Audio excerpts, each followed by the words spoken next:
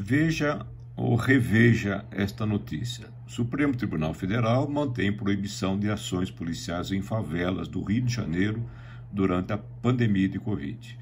Isso aconteceu no dia 5, a matéria está aqui, exposta pelo G1, e ela mostra que o Supremo concluiu no dia 5 esse julgamento a respeito das operações nas favelas do Rio de Janeiro. Essa foi uma decisão inicial de liminar concedido pelo ministro Edson Fachin. Posteriormente, houve uma deliberação de toda a corte e ela acatou a ideia do Fachin de proibir as operações durante a pandemia. Foram votos vencidos nessa deliberação o ministro Alexandre de Moraes, que também foi secretário da Segurança Pública em São Paulo e ministro da Justiça e Segurança Pública do país, e o Luiz Fux, que votaram contra essa liminar absurda, e vamos falar por quê. Então, o Supremo Tribunal Federal decidiu no dia 5 de agosto, pela maioria dos seus ministros, que estão proibidas, aliás, as operações policiais nas favelas do Rio de Janeiro durante a pandemia. Nós não sabemos até quando vai essa pandemia, pode durar mais um ano ou mais. O fato é que o Supremo também não definiu que sejam operações policiais. Porque a Suprema Corte, que deveria estar zelando pelos fundamentos da Constituição Federal, desce ao pé das favelas do Rio de Janeiro? Essa é a questão que se faz. E isso coloca uma situação extremamente complicada para o trabalho da polícia, não só no Rio de Janeiro, mas em todo o Brasil. Afinal de contas, o que é uma operação policial? Não é apenas aquelas grandes invasões de tropas especiais com helicópteros, etc.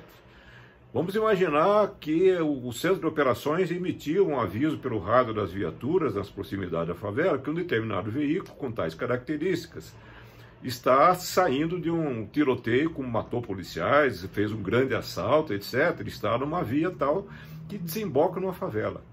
É necessário uma reação imediata, ela costuma ser urgente, a polícia trabalha com urgências o tempo todo. E aí se inicia não mais uma ação de patrulhamento, mas uma operação policial. Então o que fazer? Os bandidos estão na boca da favela. Entrou na favela? Para o trabalho da polícia. Vamos dar esse habeas corpus geral, coletivo para os criminosos? É claro que as operações policiais precisam ser antecedidas de um levantamento, quando isso é possível, um levantamento de inteligência, para que ela produza o melhor resultado com os menores danos, ou dano zero, se possível, principalmente em relação a inocentes que ficam muitas vezes no meio do tiroteio. É necessário fazer revisão dessas ações frequentes? Sim, é necessário.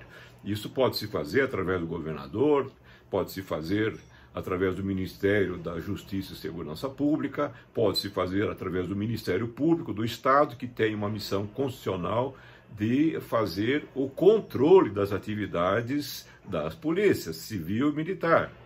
Porque o Supremo desce lá do seu pedestal de Brasília e vem se acomodar nesse baixios aí da realidade dura do trabalho policial e da vida das pessoas que moram nas favelas. Isso é uma interferência absurda de quem está vendo da sua torre de marfim, lá em Brasília, essas questões. Vamos imaginar que eles estejam, então, com uma preocupação social relevante. Mas eles podem desencadear, até através de contatos pessoais, não necessariamente através de decisões judiciais, para resolver essas questões. Nós temos uma situação que é sempre importante lembrar: o trabalho policial é um trabalho difícil.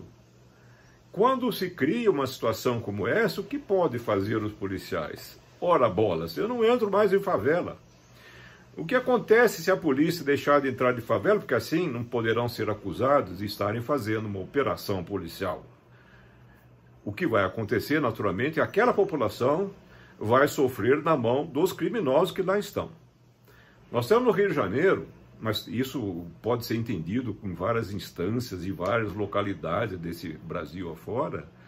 Mas nós temos lá no Rio de Janeiro 3 facções que dominam talvez quase 100 territórios, que são favelas, são comunidades, geralmente abandonados pelo poder público, e o único poder público que entra lá muitas vezes é a polícia.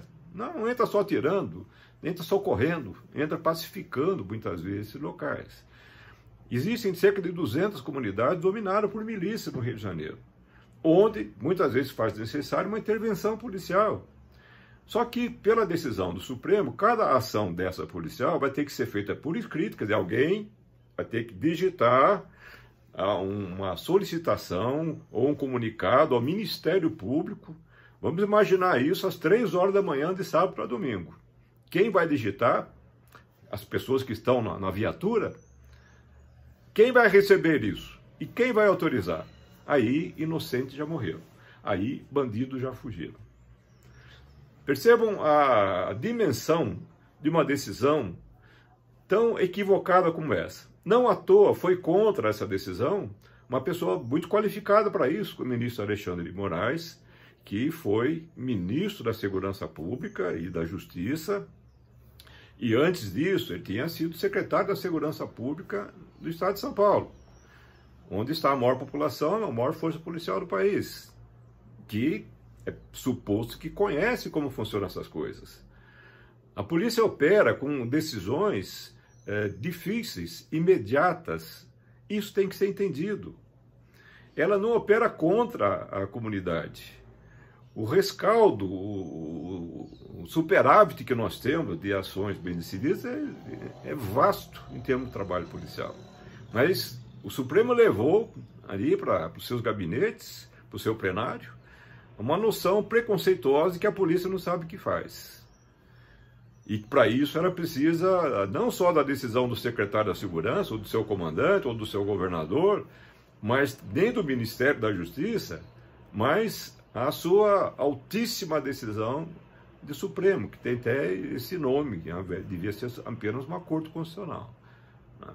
Então as decisões que às vezes são colocadas como supremas, na verdade são supremas decisões equivocadas, supremos equívocos. É importante sempre lembrar que a polícia tem um papel de pacificação social que muitas vezes escapa até ao cidadão comum e aos ministros, os supremos do país. Porque quando a polícia sai das ruas, a barbárie impera. Vocês podem ter observado aí a greve que a PM fez no Ceará, e a sociedade recebeu um impacto aí de uma violência descomunal. Simplesmente dobraram os homicídios esse ano em relação ao ano passado por causa de uma greve acontecida. A polícia não pode parar. A polícia parou até na cidade de Montreal, no Canadá. Canadá é aquele país que a gente imagina que nem precisa de polícia. Parece tudo certinho, arrumadinho, nada vai acontecer se a polícia sair das ruas. A polícia parou um dia, isso foi 17 de outubro de 1969.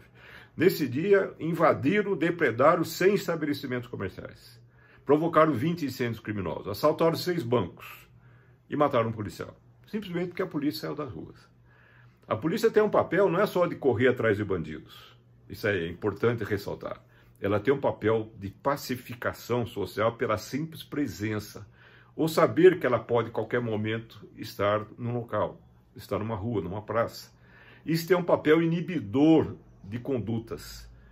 Vocês percebem que quando a polícia para, começa a acontecer saques de supermercados, de lojas.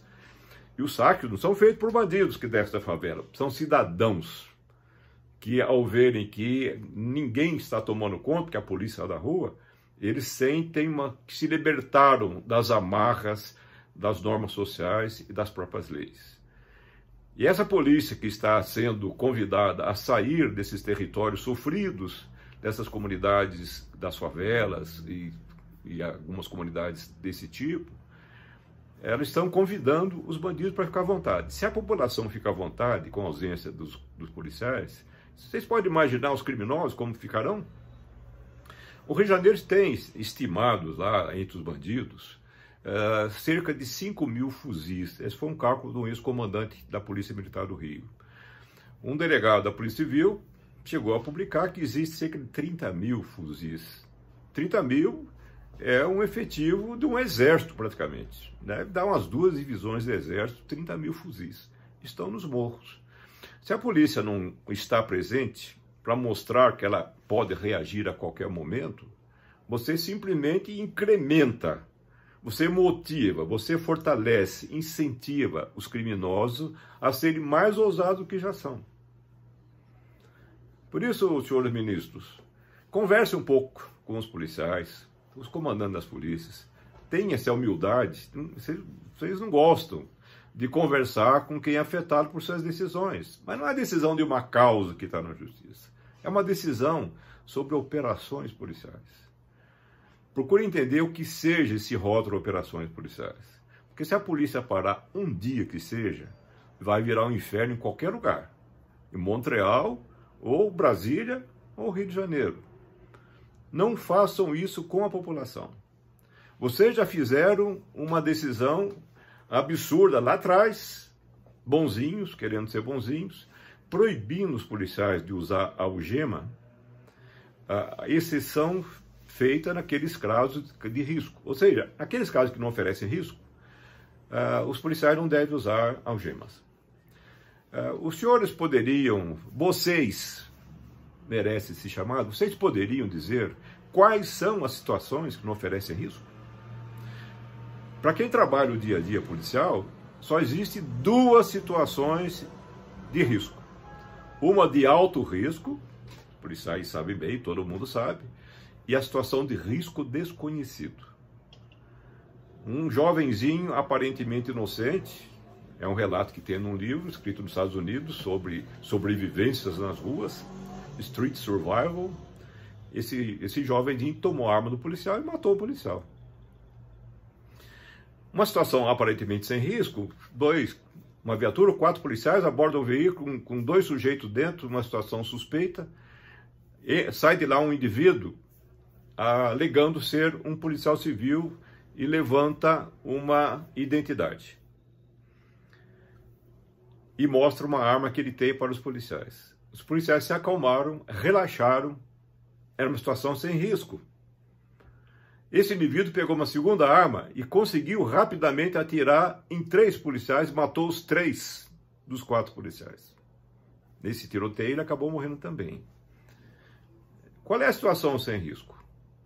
Observe nas reportagens, ou mesmo nos filmes de ficção americanos, que toda vez que o policial prende, pode ser um figurão, um cara corrupto, pode ser um senador, pode ser o vice-presidente. Sendo preso pela polícia, há um motivo para isso, uma prisão em flagrante, um mandato judicial, ele é automaticamente algemado. Ah, mas é uma senhora de 80 anos, algemado. Mas é um moleque de 12 anos, algemado. É procedimento operacional padrão, não é para humilhar ninguém. Até porque as pessoas vão ser muito mais humilhadas quando estiver atrás das grades do que com uma algema na mão.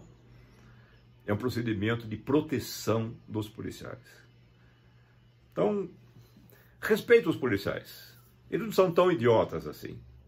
Seus comandantes sabem tomar as decisões de quando fazer ou não fazer uma operação pequena de uma viatura abordando suspeitos. Ou uma operação grande de todo um batalhão de operações especiais invadindo uma favela, onde já se sabe que ficou-se sabendo subitamente que uma facção vai invadir o território da outra facção e vai haver um tiroteio infernal submetendo aquela população a gravíssimos riscos. Isso não dá tempo, senhores ministros, de fazer um documento escrito, lavrado, dirigido corretamente a Sua Excelência, promotor tal do Ministério Público, etc., etc., obter ali uma autorização para reagir em 2 minutos. Infelizmente, é assim que a vida acontece nas nossas violentas e desassistidas periferias, ministros. Deixe que os policiais cuidem dessa população. Argumente, provoque, faça seminários, estabeleça normas com o Ministério Público de como agir para melhorar essa relação da polícia com suas comunidades. Cuidar melhor da sua força, do uso da força. Mas não façam isso, porque se os policiais obedecerem em grau extremo essa decisão judicial, a polícia deixa de entrar nesses locais. E aí quem vai pagar é a população, claro, na mão dos bandidos.